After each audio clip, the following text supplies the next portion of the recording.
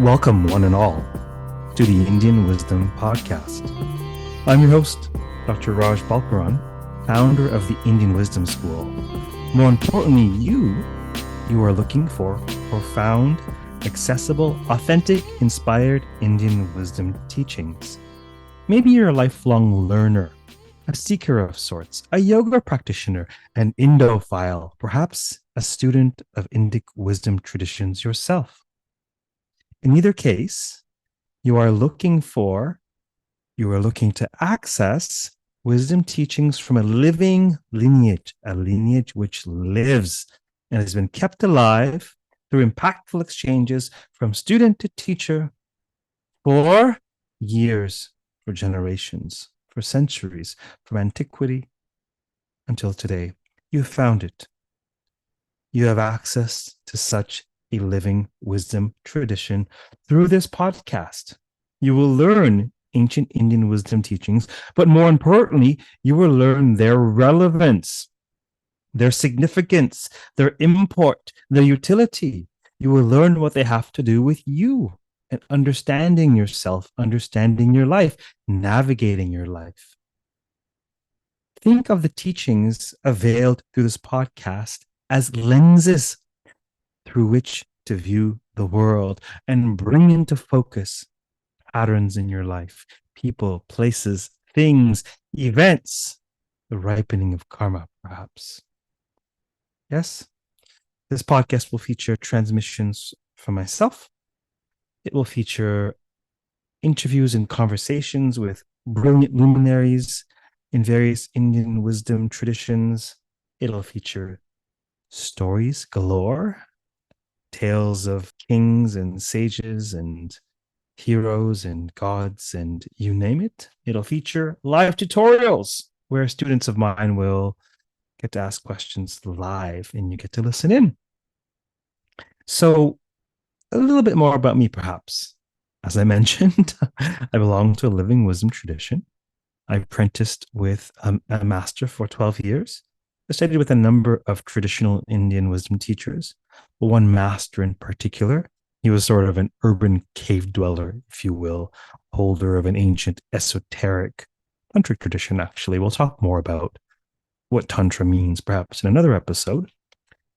Nevertheless, he was a great alchemist, a walking occult power, and a knower of a great many things. His name was Mantriji, we called him.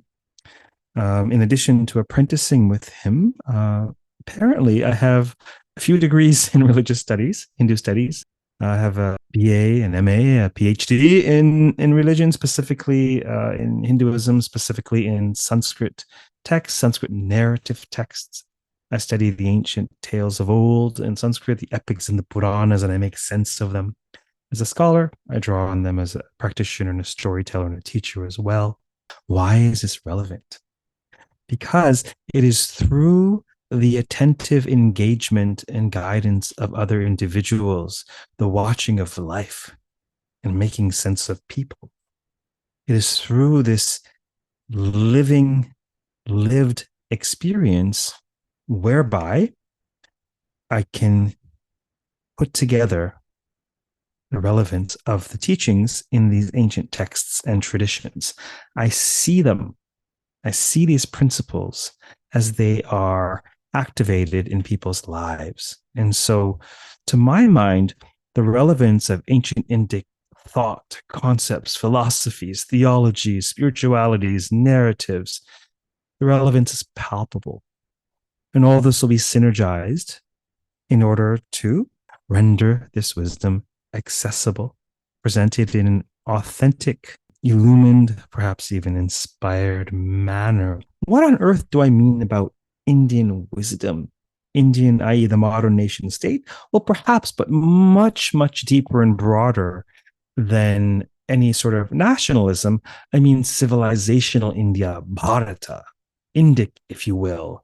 All things pertaining to that soil, perhaps that sacred soil that is bounded by the Bay of Bengal and the Arabian Sea, indeed the Indian Ocean to the south, and bounded and capped by the Himalayan mountains to the north, and accessible through the northwest via the Indus River. It's a great ancient civilization called the Indus Valley Civilization. We'll talk about that in due course. But this sort of field, this field bounded by mountain and water, rather insular in a sense, wherein ideas have been percolating for millennia, ideas from various spaces and places. But Indic, in terms of civilizational, cultural, South Asia, if you will, a great analog is Egypt, not necessarily the modern nation state of Egypt, but civilizational, historical, cultural Egypt. Another analog is the difference between Iran, the modern nation state, and Persia, the civilization, the soil, the heart and soul of a culture. So this is what we mean by Indian. And wisdom traditions from India, including philosophies, theology, spiritualities, various concepts, some of which you may be well acquainted with, and some of which may be new, but all of them will pertain to you and the ways in which you walk the earth, and the ways in which you comprehend and interpret what you see while walking this earth, near and far. Well, where shall we begin? Well, perhaps we will begin with a story about beginnings. That might be a wise place to begin an Indian wisdom podcast. Well, once upon a time, the ancient Brahmin sages, ancient seer sages, priests, you can say, the Brahmanas, they were performing a Vedic fire ritual. In ancient Vedic times, the mode of religiosity was gathering around a sacred fire, intoning in powerful, scrupulous Sanskrit with scrupulous care, intoned in Sanskrit were the mantras of old as offerings were made into the sacred fire. And this was performed as a means whereby to commune with the divine, Agni, the fire god, the messenger, the gateway between the mundane realm, with which we're all familiar, and there are those who walk the earth who believe the mundane, the material, is all that there is. They are indeed materialists, but you are listening to this podcast because you know the world is more than meets the eye, that there are realities and forces at play that transcend what can be stringently measured. And so too knew the ancient Vedic rishis, the seers, the Vedic priests, if you will. And they were performing the sacrifice, making offerings into the sacred fire, uttering mantras in order to capture the attention of the great god Śiva. Śiva, seated in a Padmasana, in a lotus posture, in the Himalayas, Śiva, the great primordial yogi, covered in ash. Śiva, clad in a tiger skin. Śiva, upon whose head descended the Gaṇeśa. That is a tale for another day, a fascinating tale indeed. Śiva, around whose neck lay the cobra, his adornment. The great and powerful yogi, the ascetic mountain man Śiva, deep in cosmic meditation upon the Himalayan peaks. That is whom they were beseeching through their rituals. Now, Śiva was at one with the one. Yes, he was in his meditative state where he was at one with the cosmic consciousness pervading the cosmos. You know, we often have this quandary of consciousness. What is consciousness? The hard problem of consciousness indeed. There's so much to be said about consciousness, some of which new and some of which very, very, very old. The ancients believed that consciousness pervaded existence. It was not localized in the brain. It was as if the brain or the soul or the heart or the human was an antenna whereby we connect with a conscious field that is the undergirding of the universe itself, as if time-space unfolds in the substance, in the substratum of consciousness itself. So if consciousness is that whereby we know everything, everything we know because of the medium of consciousness. We are conscious of X, Y, Z, P, Q. Perhaps that is in part why it is so difficult to make consciousness an object of our consciousness and learn what consciousness is. Consciousness is that whereby we know everything else. Perhaps this is partially why it's such a quandary in modern times, particularly through a stringently materialistic or perhaps even reductionistic model. But Shiva was one with the cosmic consciousness, meditating in deep trance, and he received a psychic ping, incoming mail. He received a message from the Vedic sacrifice of the priests below. And their sankalpa, their intention, was to know something. And knowledge is a noble enterprise. And they wished to know something great. They wished to know who among the gods, the deities pervading the Vedic skies, these manifestations of divinity, each with its purpose, each with its aim, each with its utility. Who among the divinities should we worship first?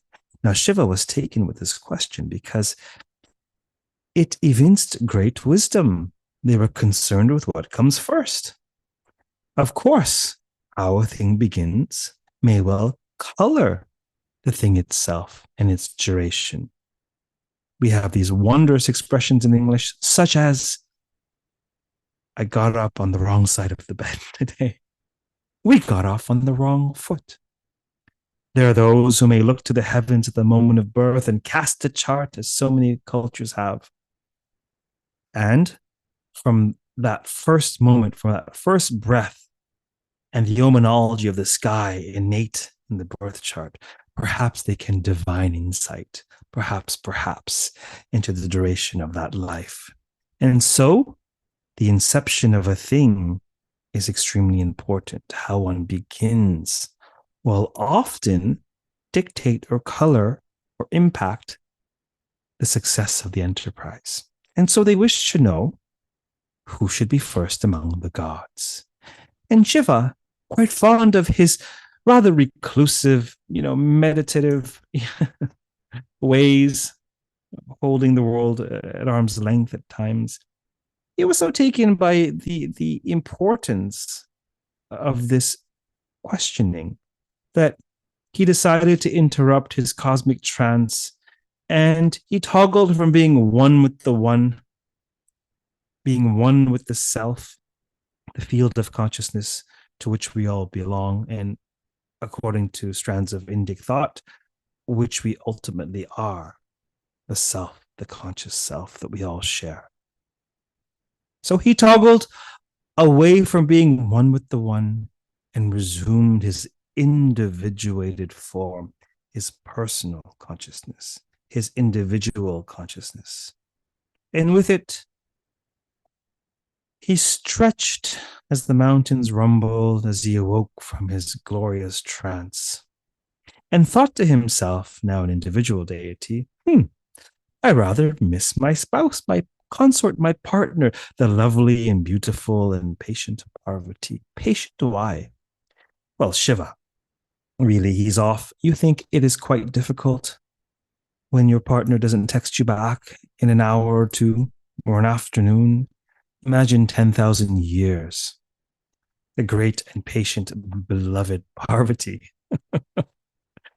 Shiva thought to himself, he really wanted to see Parvati and their children, and perhaps he could use some help to sort out this query on behalf of the Brahmins of earth.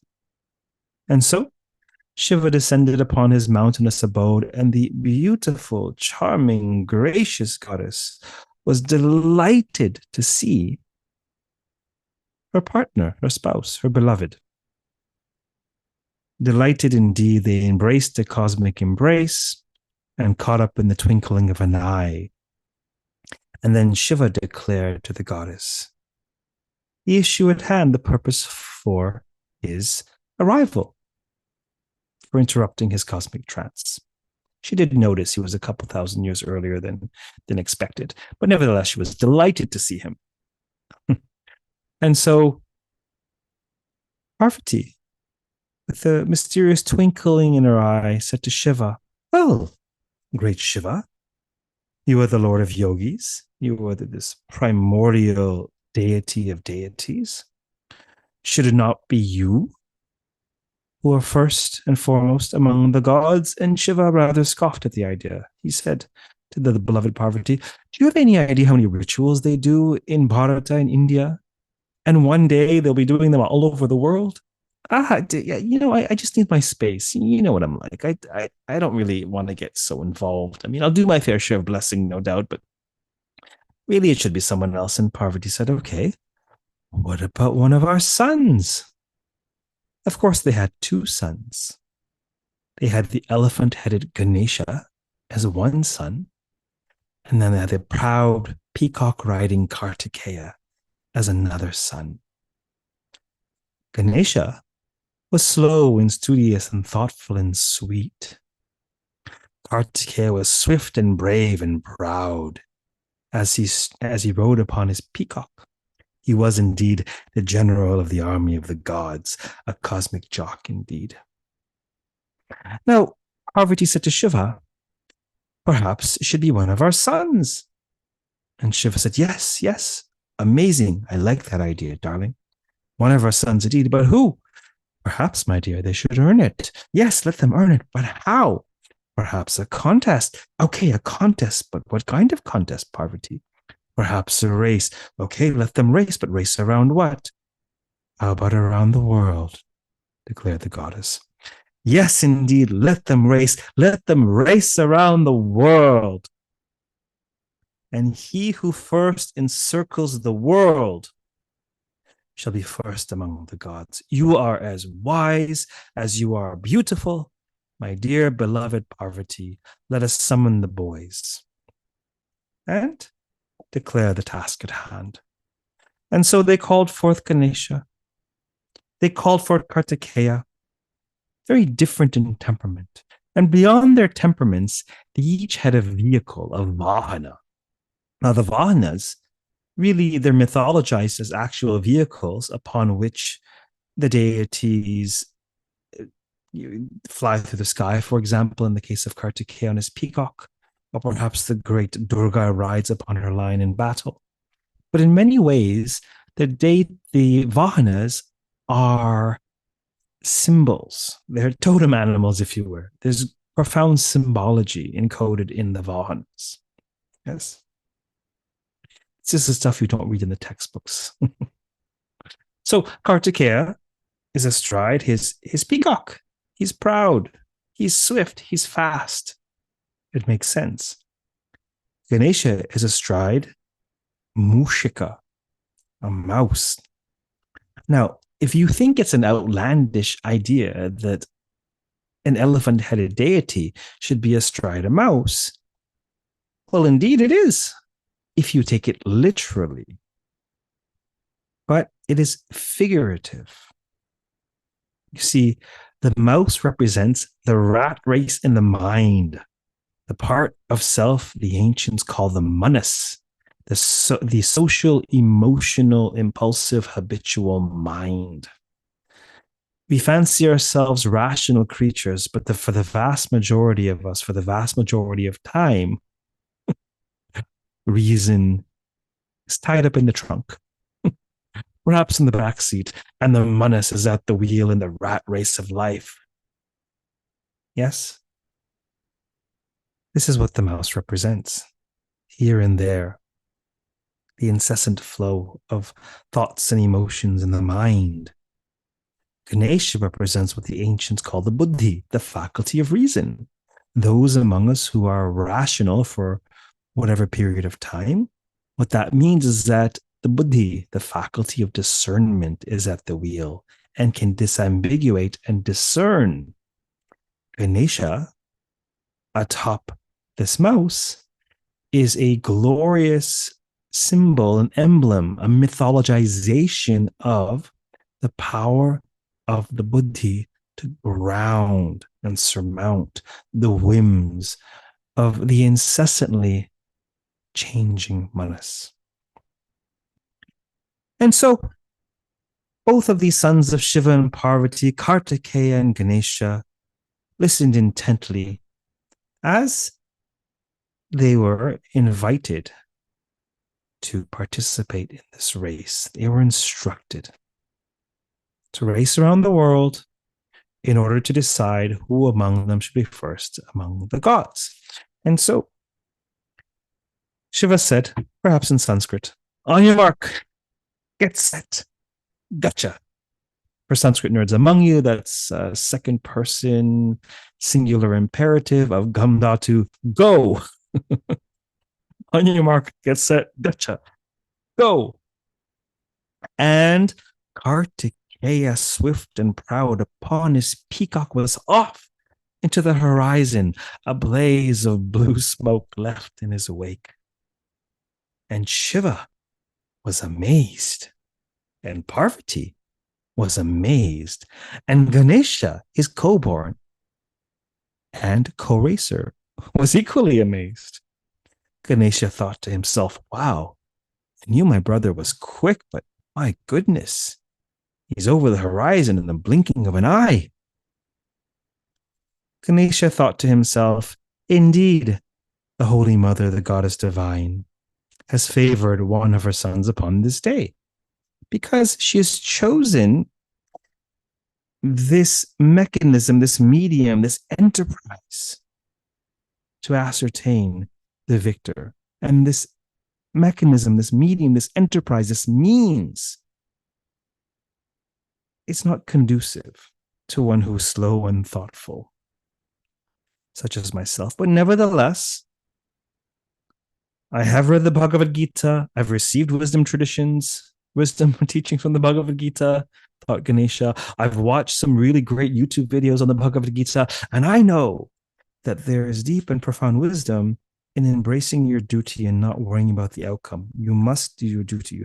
You must perform your duty, your dharma, and leave the rest in the hands of the unseen, in the hands of the divine, in the hands of circumstance.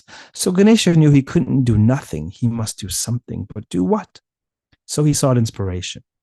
Did he seek inspiration from the outer world? No, he sought inspiration from the inner world. He closed his eyes and meditated and connected with the field, with the cosmic Wi-Fi. He had a very powerful router indeed. And he downloaded a flash of inspiration.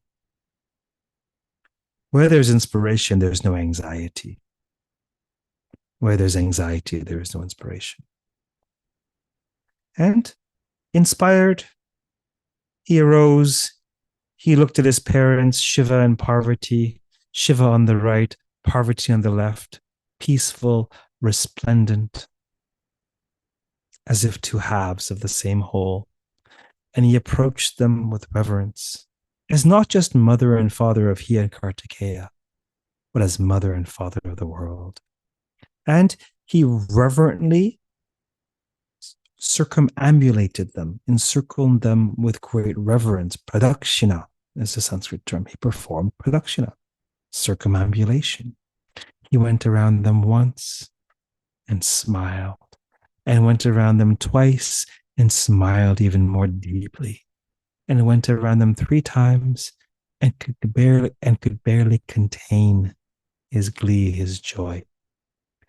And he sat peaceful and joyous indeed, and swoosh and huffing and puffing, the peace was pierced by the return of the peacock bear and Kārttikeya. They had returned victorious, the valiant and proud Kārttikeya, huffing and puffing, adrenaline galore. I won, I won, I won. I'm first and foremost among the gods. I can't wait to take a selfie and post this on my LinkedIn profile.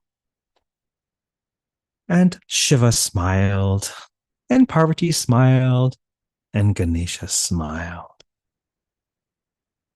And Shiva said, okay, my boy, let's crown you so I can get back to my sadhana, to my practice, to my meditation. And the beautiful and mysterious goddess looked over to Shiva and said, indeed, we will crown Kārttikeya, not a problem. Should we not check in with Ganesha? After all, do we not have 2 children, my dear? And Shiva, slightly embarrassed, acquiesced and said, yes, of course. I mean, You're so amazing at this whole relationships thing. You have so much emotional intelligence, my dear. I mean, incredible. Yes, of course. Let's check in with Ganesha. And then we'll crown Kārttikeya, and then I'll be off. All right, said the goddess. Then go check in with Ganesha. And then you can crown the victor, and then you can be off. So Śiva said to Ganesha, Ganesha, my dear boy, you're always so obedient. You always do your duty. Why have you not raced around the world as asked? Ganesha smiled, he opened his eyes, and he said to Śiva, well, it was clear to me the goddesses favored one of her sons upon this day, and I was okay with it. I'm not upset. I'm not attached. I know these things are very important to Kārttikeya. This is where he shines in athleticism and demonstrations of swiftness and skill and strength. And as you well know, Father, I'm of a different temperament indeed, perhaps even antithetical. He is outer looking first, and me perhaps more inner looking. But I sought inspiration because I knew I needed to complete the task in my own way, if even. And inspiration struck. And rather than go around the world, I went around you both, you who are my world. And upon my first circumambulation, I noticed that you, Father, you, Śiva, you great yogi, you great seeker, you great seer, that you are one with the one. You represent the aspect of self that is connected to the cosmic Wi-Fi, indeed the Wi-Fi itself that pervades all creation. You are Chitta, you are cosmic consciousness. And then I went around you both a second time, and I saw that you, Mother, in all your glory, you're the name and form which governs creation. You are the dance of galaxies and stars and planets. You are the sun and moon, the earth and the heavens. You are the mystery of separation, whereby we experience multiplicity. You are the many. And then I went around you a third time, and I was utterly inebriated with the revelation that Śiva is Parvati, Parvati is Śiva, that consciousness is matter and matter is consciousness. The one is many and many are one. They are both true, locked in this divine paradoxical mystery. You, two sides of the same coin. And I learned that you are me and I am you, and we're all many and we're all one. And oh, I happily forfeit this crown. Please, Father, please move on. You're killing my buzz. And Śiva smiled, proud of both his sons. And Parvati smiled, proud of both her sons. And Kārttikeya frowned, slumped over, dejected.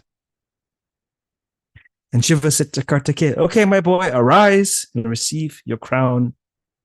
And Kārttikeya, his peacock plucked, as it were, slumped over, said, Father, I cannot. And Śiva said, well, what do you mean you cannot? You won. You won fair and square. Let us award you your prize. You cannot make a liar of the goddess of your mother. And Kārttikeya says, the goddess speaks in mysterious ways. The wise know this. One never knows what is meant and what is said. And so she has declared that he who first encircles the world shall be first among the gods. I encircle this material, decaying world, this objective material world. Before our eyes, even the mountains will decay. The oceans themselves will one day evaporate. And at the end of the age, you will dance your dance of destruction and dissolve all things again into the primordial ocean. And there'll be another creation, and another, and another, and another, as it has been forever.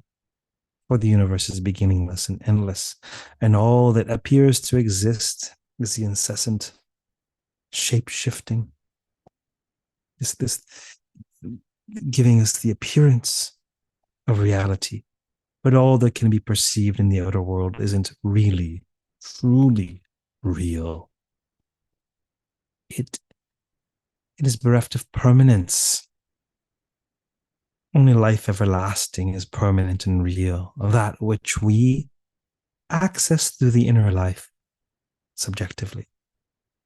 And Ganesha was able to encircle the everlasting world. And it is clear who has won this race.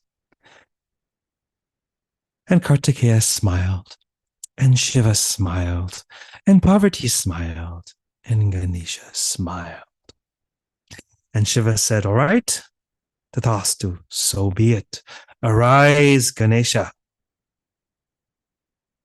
Śiva declared that from this day until the end of days, when I dance destruction upon the earth, and all things are dissolved into the primordial ocean, from this day until the end of days, may you be first and foremost among the gods. In every temple, at every festival, at every shrine, at every ritual, let no blessing descend from any other divinity, lest you bless them first. For you, my son, are the Lord of wisdom, and you are with whom they need to begin. For what enterprise can succeed unless it begins on wise footing? Success will be theirs as long as they worship you first. And this is a story of beginnings, and this is a story of wisdom, and this is a story of the wisdom of beginnings.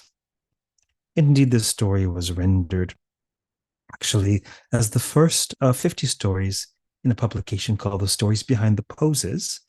Might be quite useful for those interested in connecting the ancient Indic stories with yoga postures.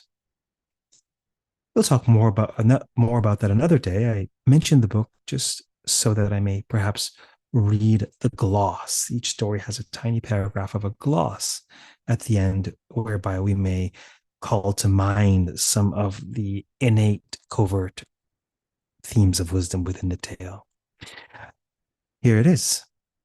The wisdom of Ganesha resides in taking the time to calmly look inside before rushing headlong to action. Though it may seem difficult to find time for meditation and yoga practice, indeed for wisdom, amidst the busyness of our lives, this story shows us why it must nonetheless be pursued. The physical practice of yoga is ultimately an exercise in the embodiment of the divine interplay of Śiva and Parvati, masculine and feminine, for all of us. A way for us to inhabit the body that affords us the insight into the relationship between these cosmic principles. When you sit in Siddhasana, contemplate the wisdom of Ganesha and remember the divine play that lies at the heart of your own being. That's the end of the quote from the Stories Behind the Poses, but that divine play pertains to the inner and the outer, the spiritual and the material. If you're listening to this podcast, then you are in the world, but you are not of the world. You are navigating reality in a pragmatic and sensible way, steering clear of dogma, delusion, and bypassing. But nevertheless, you are seeking spiritual nourishment. You wish to raise your gaze from the mundane, from the terrestrial sphere, and alight your eyes upon the celestial, the expanse of the sky and the stars and the sun and the moon, and the majesty and mystery and inspiration found thereby. Indeed, speaking of the moon, you perhaps may notice that this podcast itself is being launched under the auspices of the brimming full moon. In the sidereal system used by the ancient Indic teachers and wisdom keepers, the moon is brimming in the sign of Cancer, conjoined the nakshatra, the star, the asterism of Pusha, thought by the ancients to be perhaps the most auspicious of nakshatras Its symbol is the cow's udder, a symbol of nourishment on physical, emotional, mental, and spiritual levels. Its deity is Brihaspati, priest of the gods. Perhaps today is a fitting day for launching such an enterprise. Perhaps you will learn more about the ways in which you can commingle the wisdom of the ancients with navigating the modern Western world. Until next time, keep well, keep listening, keep contemplating, and keep leveraging the power of ancient Indian wisdom teachings to ameliorate and illuminate your life and those around you. Namaste.